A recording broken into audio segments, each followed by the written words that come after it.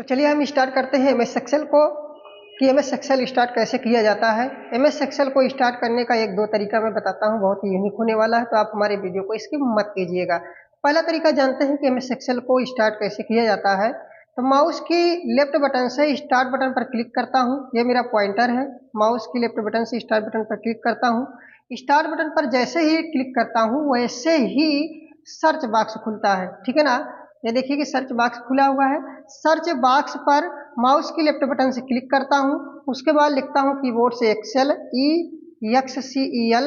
Excel लिखने के बाद कीबोर्ड से इंटर बटन को प्रेस कर देता हूँ। कीबोर्ड से इंटर बटन जैसे ही प्रेस करता हूँ, देखिए कि हमारा एमएस एक्सेल ओपन हो चुका है। पहला तरीका यह है। दूसरा तरीका हम समझते हैं, इसको हम क्लोज कर देता हूँ। उसके बाद दूसरा तरीका देखता हूँ, उसी स्टार्ट बटन पर माउस के लेफ्ट बटन से क्लिक करता हूँ। माउस के लेफ्ट बटन से जैसे ही क्लिक करता हूँ वैसे सर्च बॉक्स फिर खुलता है और सर्च बॉक्स पर माउस के लेफ्ट बटन से क्लिक कर देता हूँ। जैसे ही क्लिक करता हूँ वैसे ही देखिए कि ये हमारा माइक्रोसॉफ्ट ऑफिस एक्सेल 2007 लिखा हुआ है। इस पर हम क्लिक कर देता हूँ माउस के लेफ्ट बटन से, तो जो वर्जन रहेगा, जो एमएस ऑफिस का पैकेज रहेगा वो आपको दिखेगा यहाँ। उस पर आप माउस के लेफ्ट बटन से क्लिक कर दीजिए। क्लिक करते ही देखिए कि ये मेरा पूरा पैकेज अर्थात एमएस ऑफिस ओपन हो चुका है। दो तरीका हो गया। तो चलिए अगला तरीका समझते हैं, बहुत ही यूनिक होने वाला है। तो इसको आप समझिए, माउस को छूना ही नहीं है। कीबोर्ड से विंडो का चिन्ह बना रहता है, विंडो प्लस आर को प्रेस करते हैं। विंडो प्लस आर को जैसे ही प्रेस करते हैं देखिए कि ये हमारा रन बॉक्स खुलता है। रन बॉक्स का शॉर्टकट की भी होता है window plus R. Window plus R जैसे ही प्रेस करते हैं, माउस को मैंने कहा है छूना ही नहीं है। अगर नहीं है टाइप तो ओपन लिखा है वहां पर एक्सेल लिख दीजिए, EXCEL एक्सेल लिखते हैं कीबोर्ड से और इंटर बटन प्रेस कर देते हैं। देखिए कि ओपन हुआ कि नहीं। माउस को हमने छुआ ही नहीं। आपका तीन तरीका मैंने बताया, और सारे तरीके हो सकते हैं, तो तीन तरीका मैंने बताया, आपको समझ में आया होगा। अब और समझ लेते हैं कि रो और कॉलम होते क्या हैं, सेल क्या होते हैं, मैंने वीडियो में बताया भी है। तो देखिए कि अब थोड़ा इसको थोड़ा संक्षिप्त में थोड़ा और जान लेते हैं। ये जो सबसे ऊपर पट्टी बनी हुई है, मेरा पॉइंटर जा रहा है, ये टाइटल बार की पट्टी होती है।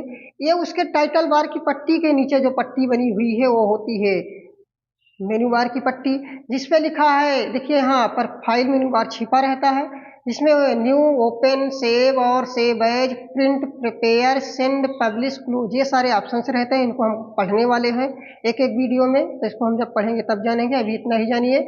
उसके बाद यहाँ होम मेनू बार है, उसके बाद इंसर्ट मेनू बार है, उसके बाद पेज लेआउट मेनू बार है। सारे मेनू बार इंपॉर्टेंट है। फार्मूला मेनू बार है, डाटा है और रिव्यू है और व्यू है। ये सारे मेनू बार आपको मिल रहे हैं। तो इन सारे मेनू बार के ऑप्शनों को हमको पढ़ना है, तो हमारे वीडियो के साथ आप लगातार बने रहिएगा। तो अगला देखते हैं कि ये उसके बाद मेनू बार समझा, मेनू बार की पट्टी समझा। अगला देखते हैं कि ये जो पट्टी दिख रही है, ये वाली पट्टी, उसके नीचे मेनू बार की पट्टी के नीचे जो पट्टी दिख रही है उसको नेम बॉक्स कहते हैं। नेम बॉक्स कैसे समझेंगे, अभी थोड़ा नेम बॉक्स समझ ही लेते हैं।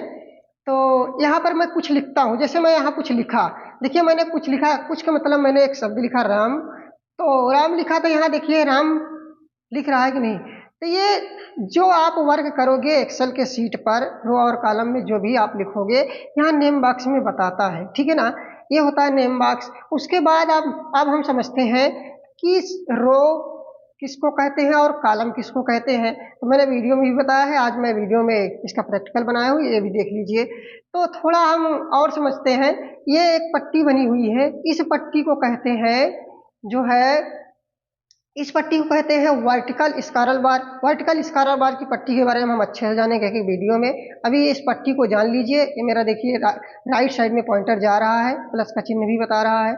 ये होता है हॉरिजॉन्टल वर्टिकल बार की पट्टी, इसको मैं बाद में जानूंगा। उसके बाद यहाँ पर देखिए, यही राइट साइड के सबसे नीचे जहाँ डेट एंड टाइम दिखा रहा है वहाँ एक प्लस का चिन्ह बना है जूम इन, और यहाँ एक माइनस का चिन्ह बना है जूम आउट। तो इस जूम इन जूम आउट को थोड़ा समझ लेते हैं। जूम इन का मतलब होता है पेज को बड़ा करना, ठीक है ना। जो सीट है उसको बड़ा किया जा सकता है। इसी पे क्लिक कीजिए और इस पे जो है प्लस पर क्लिक कीजिए, देखिए कि हमारा एक्सेल का सीट बड़ा हो रहा है। उसके बाद जूम इन करेंगे, जूम आउट करेंगे, उस पे माउस के लेफ्ट बटन से क्लिक करेंगे तो देखिए कि हमारा एक्सेल का सीट छोटा हो रहा है, जूम आउट हो रहा है, जूम आउट हो रहा है। उसके बाद हम समझते हैं रो और कॉलम। रो और कॉलम होते क्या है, थोड़ा हम इसको जूम इन कर लेते हैं, थोड़ा बड़ा कर लेते हैं, उसके बाद समझते हैं। अब देखिए ये जो है, जैसे ए हो गया और बी हो गया और सी हो गया और डी हो गया और ई हो गया, एफ हो गया, जी हो गया, मतलब ऐसे चला जाता है।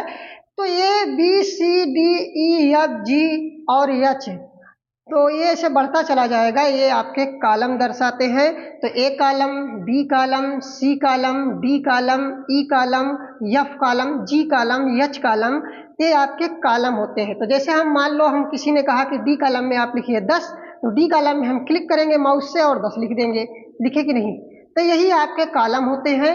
तो कॉलम को हम समझ लिए कि जैसे इसमें ए कॉलम में भी लिख लीजिए, बी कॉलम में भी लिख दीजिए, सी कॉलम में भी लिख दीजिए, ई कॉलम में भी लिख दीजिए। तो कॉलम की संख्या बहुत होती है, कॉलम की संख्या होती है 16,384, जो कि मैं आपको वीडियो में एक दिन बना के बताऊंगा कि रो और कॉलम की संख्या को कैसे निकाला जाता है। तो हमारे वीडियो के साथ आप लगातार बने रहेंगे, तभी आपको जानकारी मिल पाएगी। अगला देखते हैं, तो आपको समझ में आ गया होगा कि A column, B column, C column, D column, जो ए बी सी दिखा रहा है, ये सब कॉलम दर्शाते हैं। उसके बाद देखते हैं, जो ये देखिए, अब रो क्या होते हैं, रो को समझेंगे। रो यही होते हैं, जैसे एक हो गया, दो हो गया, तीन हो गया, ये जो एक दो तीन ऐसे करके दिखा रहे हैं, ये देखिए मेरा पॉइंटर जा रहा है, प्लस का चिन्ह बनता चला जा रहा है।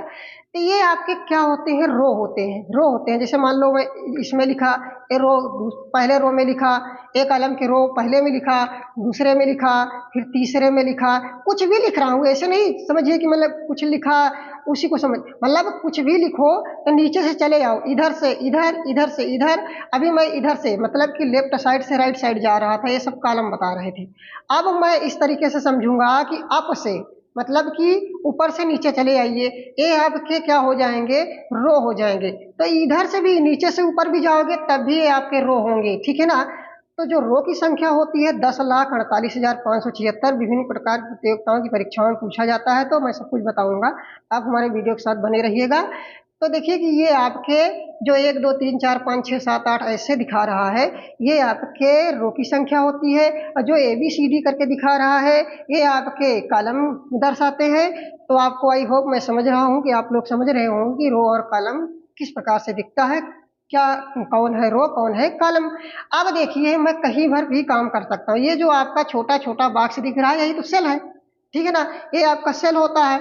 तो आप किसी भी सेल में कुछ भी लिख सकते हैं, सेल को छोटा भी कर सकते हैं, मर्ज भी कर सकते हैं, बड़ा भी कर सकते हैं, कुछ भी कर सकते हैं। इसलिए मैं कहता हूं कि आप मेरे वीडियो के साथ लगातार बने रहिएगा। अगला समझते हैं सीट। सीट को मैं एक दिन वीडियो बना दूंगा। तो सीट यही होता है, देखिए कि जो है लेफ्ट साइड के टास्क बार की पट्टी के थोड़ा ऊपर है। तो यहाँ देखिए मेरा पॉइंटर जा रहा है, सीट 1, सीट 2, सीट 3। सीट के बारे में मैं एक दिन वीडियो बना दूंगा, वीडियो लंबा हो जाता है, आप लोग देखते नहीं हैं, तो आप लोग समझ जाइए कि सीट क्या होती है, उसको मैं बताऊंगा। तो मिलते हैं अगले वीडियो में, जानते हैं रो और कॉलम की संख्या कैसे निकाला जाता है। फिर एक एक फार्मूला आपको बताऊंगा। फार्मूला में हम जानेंगे अच्छे से कि जितने फार्मूले आपने पढ़ा नहीं है उससे ज़्यादा मैं फार्मूला आपको बताऊंगा, और बहुत अच्छे तरीके से। तो आप हमारे वीडियो को लाइक कीजिए, सब्सक्राइब कीजिए मेरे चैनल को, तभी मैं आपके लिए लगातार वीडियो बनाता रहूँगा। Thank you for this watching video.